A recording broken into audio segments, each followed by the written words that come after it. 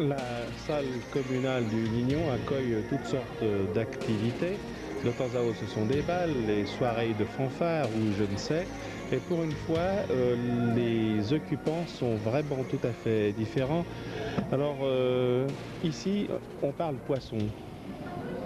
Quand je tiens. Oui, on parle poisson, eux ils ne parlent pas, c'est déjà pas mal. Muet comme des carpes. Comme des carpes. Alors on peut parler poisson, on peut en parler pendant des jours, des nuits si vous voulez. Mais je vais peut-être vous expliquer pourquoi il y a des poissons dans cette salle du Lignons aujourd'hui. Tout à fait. Donc c'est le Lignons Club. Oui, le Lignons Club, c'est un club qui existe depuis 25 ans. C'est les habitants du Lignon qui l'ont fondé au départ, ensuite on a accueilli des gens d'ailleurs. Et depuis à peu près 11 ans, il y a une nouvelle équipe qui s'est formée, qui est assez dynamique. Et depuis donc une dizaine d'années, on élève des poissons dans des aquariums, dans les sous-sols des écoles du Lignon. Et puis, à l'occasion du 25e anniversaire de ce club, on a décidé qu'il était dommage de laisser donc des poissons comme ça cachés dans des caves, puis on a décidé de les sortir. C'est pour ça qu'on a une exposition ce soir ici. Alors cette exposition est sous l'égide du service culturel de la mairie qui vous a bien aidé, notamment par une subvention. Mais vous pouvez me dire peut-être, ça prend quand même un certain temps pour monter une exposition comme celle qu'on voit. Oui, ça prend à peu près une année de préparation parce qu'il faut quand même penser, il faut obtenir des autorisations cantonales nécessaires, ce qui n'est pas le moins compliqué. Il faut faire des aquariums, faire des décors. Ça, c'est un travail lent, mais intéressant. Et ensuite, vous avez le gros coup de collier. Pendant une semaine, de 7 h du matin à minuit, c'est le gros banc de combat et on trimballe tout. Et trimballer tout, ça veut dire à peu près 10 tonnes d'eau, 3 tonnes de gravier et puis presque une tonne de verre. Et puis je suppose qu'on ne trimballe pas des poissons rares et délicats n'importe comment. On ne les met pas dans un sachet en plastique pour les transporter comme depuis l'oisellerie d'à côté. Non. Le plus gros de nos pensionnaires fait à peu près 8 kilos. C'est un poisson, s'il vous mord, il vous enlève une main. Alors on est obligé de l'endormir, il y a des produits spéciaux pour ça. On les endort, on les anesthésie donc. Ensuite on les enveloppe dans des chiffons, on les réveille gentiment et on les remet dans leur nouvel aquarium. Mais leur nouvel aquarium, il faut le préparer. C'est-à-dire qu'il faut reprendre l'eau dans laquelle ils vivaient avant pour qu'il n'ait pas un changement trop brusque qui leur est préjudiciable. Et il faut leur refaire leur habitat normal pour qu'ils ne soient pas trop traumatisés. Alors ça demande du temps. Ça demande ça demande aussi certaines connaissances, il faut l'avouer. Alors sur le plan justement des connaissances, il y a des espèces extrêmement diverses. Est-ce que c'est facile, je dirais, de se procurer? Il y a des poissons d'Amazonie, il y en a d'Afrique. Comment est-ce que vous faites votre choix? C'est le goût personnel? D'abord, ces poissons, ils appartiennent à qui? Ils appartiennent aux membres? Ils appartiennent à la société? Il y a certaines pièces qui appartiennent à la société, qui sont là depuis plus de 10 ans. D'autres ont été prêtées par des membres. D'autres qu'on a fait venir, les poissons courants, si vous voulez, ceux qu'on trouve partout dans tous les magasins, ceux-là on les a pris directement chez les commerçants du coin. Mais pour avoir certaines pièces à la taille où elles ont, il faut quand même pas oublier que c'est des poissons qui ont plus de 5 ans, 6 ans, jusqu'à 10, 11 ans. Donc ceux-là, ils sont élevés par des aquariophiles chez eux. C'est des poissons qu'on ne peut pas se procurer comme ça de but en blanc, c'est pas possible. Et ce sont donc essentiellement des poissons d'eau douce? Ah, tout à fait, tout à fait. Personnellement, je suis tout à fait contre l'aquariophilie d'eau de mer, qui tue beaucoup trop de poissons pour pouvoir en présenter quelques-uns, alors qu'en eau douce, le 80% des poissons est élevé. Il n'est pas prélevé dans la nature. Et nous, on fait pondre des poissons pratiquement comme quand on veut. On élève des jeunes. Vous avez d'ailleurs une ponte à l'exposition, juste derrière nous, là-bas. C'est très intéressant à voir. C'est passionnant aussi de faire pondre des poissons. C'est une chose que l'on fait couramment en eau douce et qui n'est pratiquement pas possible en eau de mer. C'est pour ça que je suis aussi contre l'eau de mer. Et vous me disiez aussi qu'il arrive que des espèces particulièrement menacées puissent se reproduire comme cela. Vous me citiez l'exemple du Zotbal. Oui, le Zotbal, il y a une quinzaine d'années, a réussi à avoir des Glossolepis incisus. C'est un poisson qui était pratiquement en voie de disparition dans son pays d'origine. Et ce poisson, ils en ont eu 20 exemplaires. Le Zotbal, qui est un zoo connu mondialement pour son expérience et son savoir-faire, les a produits. Puis au bout d'un certain temps, ils en avaient trop. Alors ils ont confié des souches à des aquariophiles avertis, qui eux les ont reproduits aussi. Et maintenant, ce poisson, en Europe, on peut l'avoir n'importe quand. Parce que c'est un poisson qui a inondé le marché. C'est un poisson qui a été sauvé, si on veut, grâce aux aquariophiles. C'est une chose intéressante. Alors, l'Inions Club, donc c'est un club d'aquariophiles. Vous en êtes le trésorier. Vous avez beaucoup de membres? On a 18 membres seulement. Pour la bonne et simple raison qu'on n'a pas assez de place autour de la table. Et puis qu'on s'est aperçu par expérience aussi que ça sert à rien d'être 150, c'est toujours les mêmes qui travaillent. Alors on a préféré prendre que 18 personnes ou 20 personnes, mais au moins ça travaille et puis on peut aller de l'avant. Donc en fait ce sont plutôt des gens sérieux qui sont intéressés vraiment par, non pas avoir, si j'ose dire, et faire de la vulgarisation, un bête poisson rouge dans un aquarium, mais vraiment quelque chose de profond, de scientifique. Motivés, ils sont tous très motivés. Et puis, c'est mieux de travailler comme ça, ils ont beaucoup d'expérience aussi dans l'aquariophilie. Mais si quelqu'un souhaite rejoindre vos rangs, il doit présenter patte blanche, dire je suis passionné par ceci ou cela? Alors on accepte tout le monde, hein, pour autant qu'on ne dépasse pas ce quota donc on s'est fixé le quota à 25. Hein. Mais on va mettre le membre à l'essai pendant une année. Donc pendant une année, on va voir s'il participe aux activités, etc. Puis après seulement, il sera réellement membre du club. On va le tester si vous voulez. Alors cette exposition, donc c'est pour le 25e anniversaire. Cet après-midi, on a vu qu'il y avait quand même déjà pas mal de monde qui est venu. Vous en souhaiteriez bien entendu plus? Oui, parce que bon, on a aussi engagé passablement de frais. Comme on est un petit nombre de membres aussi, on n'a pas une fortune, disons, à la banque. Alors bon, la commune de Vernier nous a beaucoup aidé, participé énormément pour nous aider là sur le plan financier aussi. Mais on aimerait quand même aussi rentrer un peu dans nos frais parce que faut vous dire que tout ce que vous voyez ici, ça a coûté quand même de l'argent. Il a fallu acheter des tas de choses, des tas de tuyaux, des tas de matériaux pour construire tout ça, pour construire les aquariums et tout. Il n'y en a pas dans une centaine? Les aquariums? Ça, il faut demander à M. Glouchkov. J'ai vu ça sur la publication. Oui, par là autour. Mais bon, ça dépend ce que vous entendez par centaines. Certains de nos aquariums sont compartimentés. Alors, parce que nous, on compte comme ça, par compartiment, dans le sens où c'est chaque fois une espèce différente. Alors, c'est pour ça nous, on dit 100 aquariums, si vous voulez. Mais en fait, c'est un aquarium compartimenté en 3 souvent, dans certains cas. Quelles sont les perspectives d'avenir? Vous avez d'autres idées, d'autres projets? Vous prévoyez, M. Glouchkov me disait, ça c'est une fois tous les 5 ans parce qu'il faut oublier. Ben ouais, voilà, c'est surtout notre président, là, il aime bien ce genre de manifestation. Je pense que le public aussi, ça répond à une certaine demande. Alors bon, on dit toujours que c'est la dernière, et puis il nous en remet toujours une par-dessus, comme ça. Et il arrivera un moment donné, peut-être qu'on n'arrivera plus à soulever les aquariums. C'est le seul problème qui pourra nous freiner. En tout cas, j'espère qu'il y aura beaucoup de monde. Alors, dernière petite chose, parce que vous avez quand même plusieurs cordes à votre arc, prochaine exposition, vous faites de la peinture aussi, non? Non, pas du tout. Pas du tout. Pour les expositions, on prend le domaine où on est le plus fort, et je pense que pour nous, c'est l'aquariophilie, on se cantonne à ça. Pour le reste, il y a d'autres spécialistes. On s'arrête là. Pas d'autres expositions en vue pour la commune? Non, pas pour l'instant. Il dira rien. Hein. Mais je pense que là, on y est quand même pas trop mal arrivé.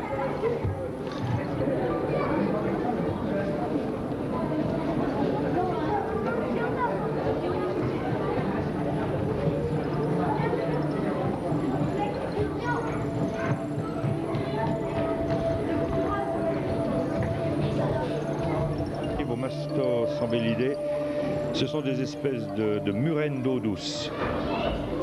Ça ressemble beaucoup à un poisson de mer, mais ça n'en est pas un. Ce sont des poissons qui s'enterrent d'habitude dans le sable. Alors on les voit très très peu. Toutes les personnes qui en achètent sont déçues parce que c'est un poisson qui ne sort que la nuit et qu'on ne voit jamais. Alors pour pouvoir les présenter, on a fait une petite astuce. On a mis une couche de sable au fond pour que les plantes puissent vivre. Et ensuite on a mis un film noir sur lequel il y a simplement 2 cm de sable fin. Et le poisson ne peut pas vraiment s'enterrer. Il a l'illusion de s'enterrer, mais il ne peut pas. Alors donc on peut les voir. Alors profitez-en parce qu'on ne les voit pas souvent.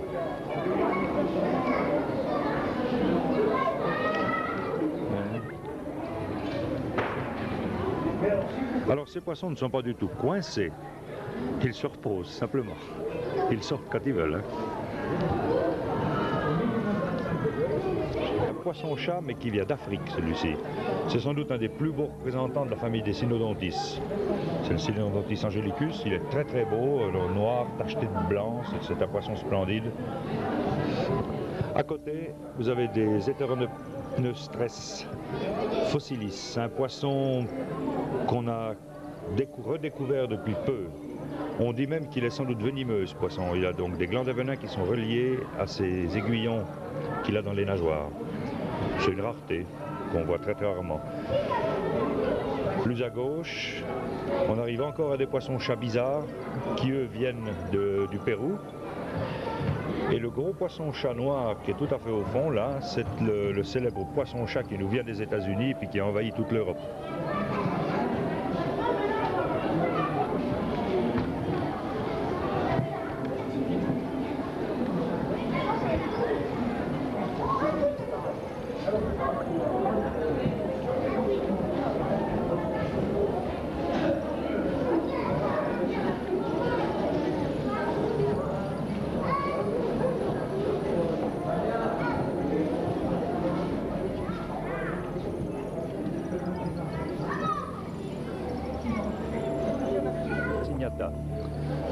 Il y a deux espèces de Bellontia, un qui vit à peu près dans toute l'Asie et celui-ci vit simplement dans l'île de Ceylan.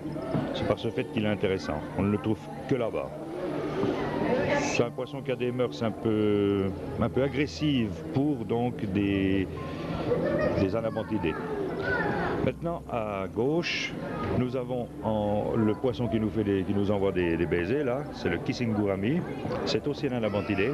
Et en dessous, les trois poissons qui sont couchés sur le sable, c'est ce qu'on appelait dans le temps des perches grimpeuses. Et c'est le poisson qui a donné son nom à toute la famille des anabantidés. C'est le premier qui a été découvert en 1700 et des poussières. C'est un poisson donc qui a un labyrinthe, qui peut respirer en dehors de l'eau. Il peut sortir, se promener 2 heures en dehors de l'eau, tant qu'il est légèrement humide, et ensuite il réintègre sa mare et tout va bien pour lui.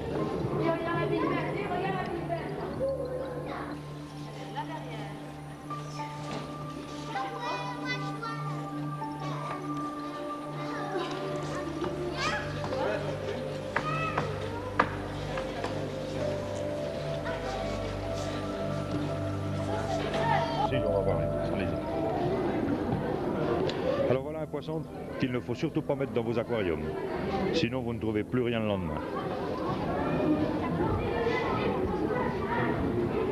Plusodoé, c'est un espèce de brochet africain qui a de très très grandes dents. Bon là il a la bouche fermée, on voit rien. Mais quand on est en pirogue en Afrique, il ne faut pas laisser traîner la main. Parce que malgré qu'il arrive qu'à 35-40 cm, il vous bouffe 2 doigts, sans aucun problème. Et à côté, nous avons les célèbres poissons papillons, les Pantodon buccolsi, qui sont presque toujours en surface et qui attendent que des insectes arrivent sur l'eau, ils les gobent. Et c'est des poissons qui sont capables de faire des vols planés, si on veut, de 1 mètre à 1 mètre 50 au-dessus de la surface de l'eau. Ils sont splendides.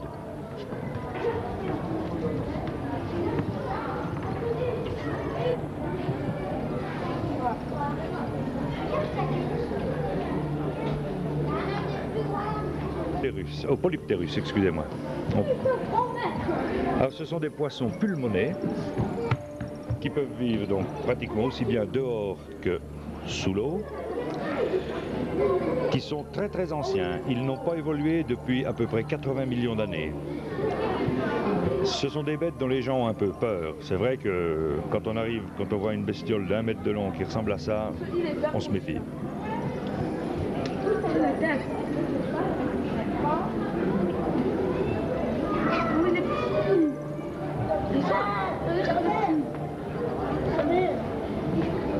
Voici le Protoptérus. Ça, c'est un poisson qui, lui, n'a pas évolué depuis 300 millions d'années. Il a l'âge du sélacanthe. Alors, c'est une bête très, très, très spéciale.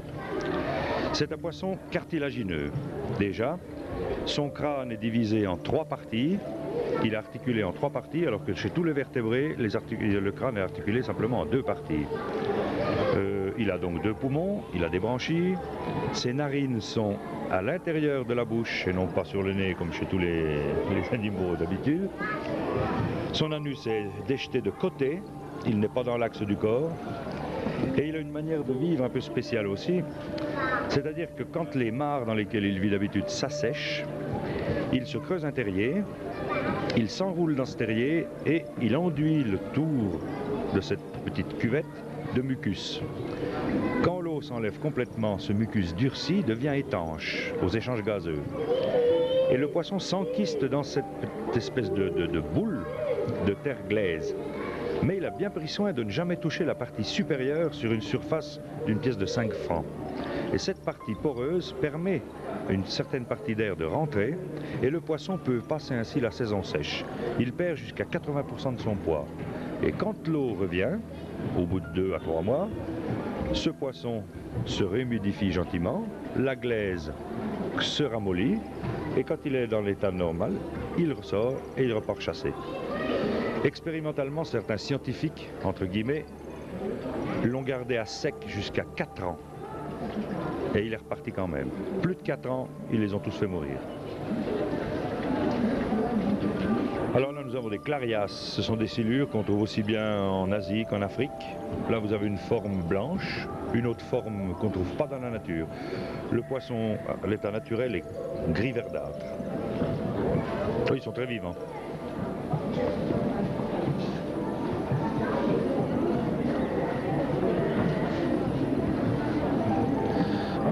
Je voudrais attirer l'attention du public sur le fait qu'il est vendu à une taille de 6 cm chez les commerçants. Il est mignon comme tout, il ressemble à un petit requin en miniature, mais il arrive à 81 mètres de long. Alors si vous pouvez, évitez d'acheter des poissons que vous serez obligé de tuer plus tard. Tout un aquarium d'eau de mer. Il existe aussi des raies en eau douce. C'est exactement les mêmes qu'en eau de mer. Elles ont aussi un aiguillon venimeux à la base de la queue. Elles se nourrissent de vers qu'elles cherchent dans le sable. C'est un poisson très sympathique, assez vivant même. Quand il a faim, il commence à nager dans tout le bac, pas simplement sur le fond. Et au-dessus, nous avons un ostéoglossum. C'est aussi un poisson très très ancien, qui ressemble beaucoup d'ailleurs à des poissons préhistoriques dont on a retrouvé des fossiles. C'est un poisson cartilagineux qui a une bouche très largement fendue, qui peut engloutir des proies énormes, mais il est quand même assez sympathique. On peut arriver à lui donner à manger à la main sans qu'il vous morde. Il s'apprivoise très bien. Il arrive à 1 mètre de long quand même.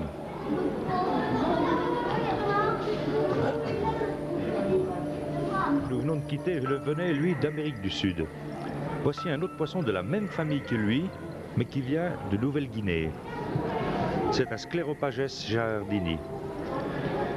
Je dois signaler aussi qu'il existe une famille de Scleropages qui sont les mêmes donc en Asie, qui sont protégés d'ailleurs, et une autre espèce qui ressemble beaucoup morphologiquement à tout ça en Afrique.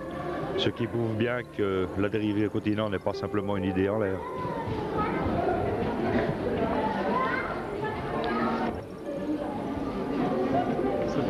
Voici quelques poissons très colorés qui viennent d'un lac en Afrique. Il n'existe que là-bas au monde. Ce lac a été séparé des autres cours d'eau depuis une époque très très ancienne, c'est dans la vallée du Rift donc, et ces poissons ont évolué toujours entre eux si on veut, et on ne les trouve que là-bas. Alors vous avez ici quelques protomélas, dimidicromis, enfin des poissons très typés, très colorés, et à côté ce qu'on appelait les mbunas, qui viennent aussi du même lac, mais qui ont un mode de vie différent, qui sont par exemple, eux, des incubateurs buccaux. Ils pondent, les femelles prennent les œufs dans la bouche et gardent les alevins jusqu'à ce qu'ils puissent se débrouiller tout seuls. Ce sont des poissons très très colorés, très hargneux entre eux, ils défendent leur territoire, mais c'est passionnant.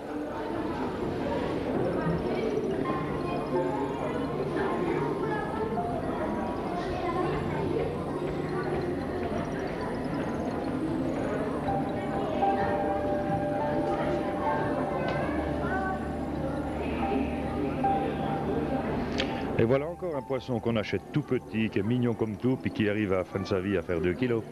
Alors attention.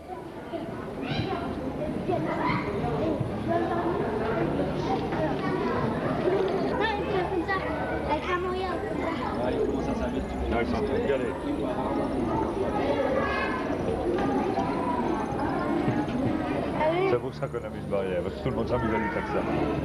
Non mais moi je sais pas.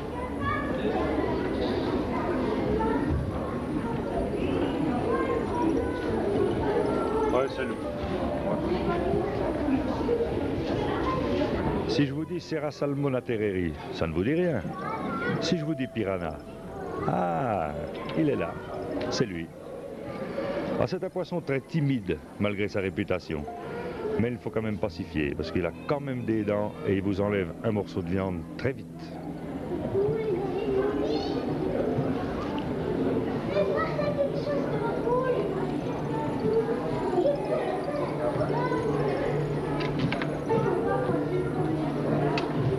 Non, pas le plus court pour éviter de marcher dessus. Pardon. Alors, admirez ces poissons couteaux. On ne sait jamais dans quel sens ils vont avancer ou reculer. Un aquarium qui fait 1 mètre cube et où il y a des poissons d'Amérique du Sud. Un petit échantillonnage de ce qui vit par là-bas.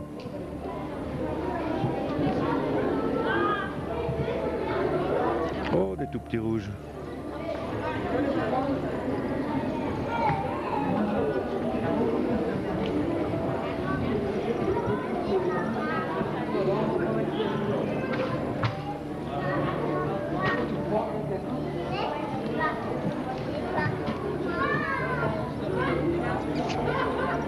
Bonjour ma jolie. Je m'en vais. Tu t'en vas? Oh, je vais être triste. Et nous restons en Amérique du Sud. Enfin, presque. Avec les célèbres discus. Alors, ceux qu'on trouve en Amérique du Sud, ce ne sont pas les rouges. Ça, c'est une espèce qui a été créée artificiellement, je pense, à Singapour. Mais par contre, pour les restes, les bleus, c'est exactement ça. Vous avez encore ici des... Chez Kérono Axelrodi, ce qu'on appelle le néon, qui nage en banc dans cet aquarium.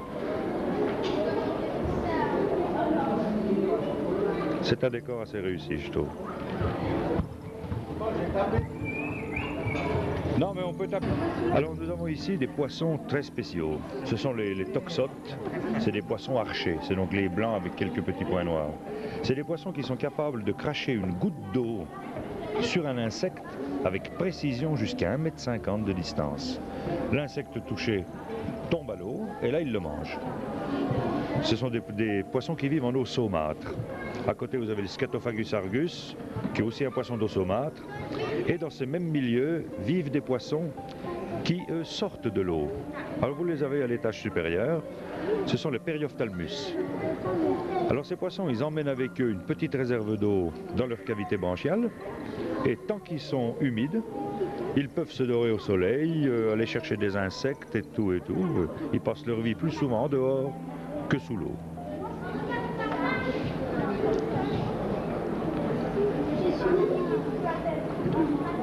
Et maintenant, nous sortons du domaine des poissons et je vais passer la parole à mon ami Rodolphe, grand spécialiste devant l'Éternel de toutes ces bêtes à plus de 4 pattes. Merci mon cher ami.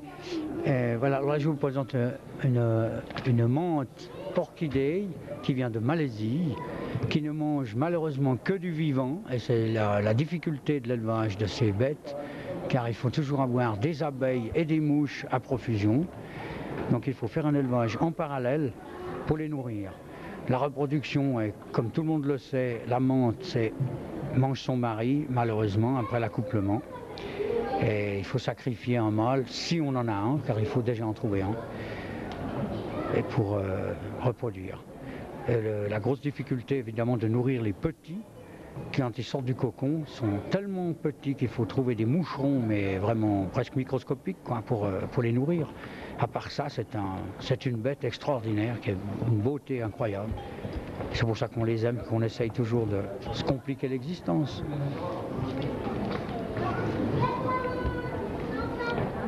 Alors là, c'est une Aroxes miliaris, c'est une sauterelle de Malaisie. Et comme la menthe religieuse, comme la menthe orchidée, c'est en Malaisie qu'on trouve des insectes les plus beaux et les plus décoratifs. Et ça, c'est un couple que j'espère qu'ils vont faire des petits. Ils se sont déjà accouplés plusieurs fois. J'espère, quoi. S'arrêter là, c'est très joli. Ça mange des ronces, c'est des grimpeuses, donc elles se tiennent pratiquement jamais au sol que pour pondre leurs œufs dans la terre. Voilà.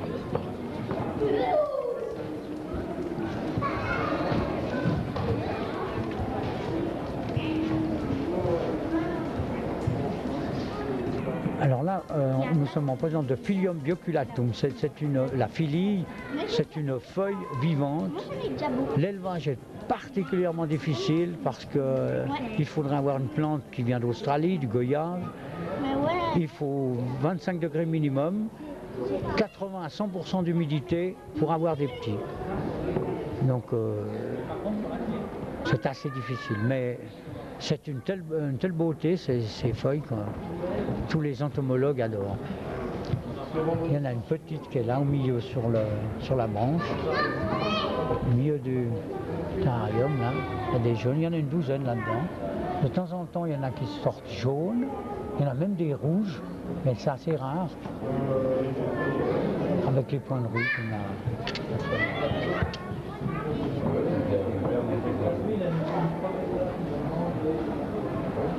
On envoie s'inscrire le téléphone du service culturel de la commune de Vergy, qu'il leur dit, ben voilà, tel jour, telle heure, vous allez. Il téléphone à la mairie.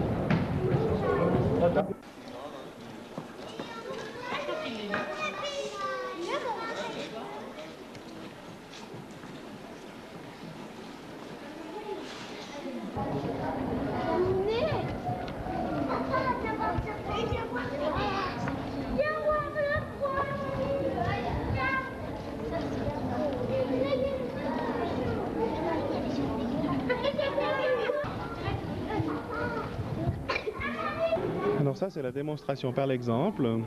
Oui, vous avez là une Heteropteryx dilatata, c'est l'insecte le plus lourd du monde. Par l'environnement peut-être. Mais ce sont des bêtes absolument inoffensives, comme vous pouvez le constater. Il ne faut surtout pas avoir peur de Et vous remarquez surtout la différence. Alors ça mange les cheveux, entre le mâle et la femelle, lui qui est très léger, et la femelle très grosse, lourde. C'est dommage qu'il n'a pas voulu sortir ses ailes là. Mais il a des ailes grenards, bon, on peut les montrer quand même, parce qu'il est quand même pas si fragile que ça. Hop. C'est un sac d'épines, hein, puis il se défend, mais il ne veut pas sortir ses ailes. Allez. Non, il ne veut pas. Il veut pas. Il n'a pas envie. Il n'a pas envie. Eh ben tant pis. Eh ben tant pis.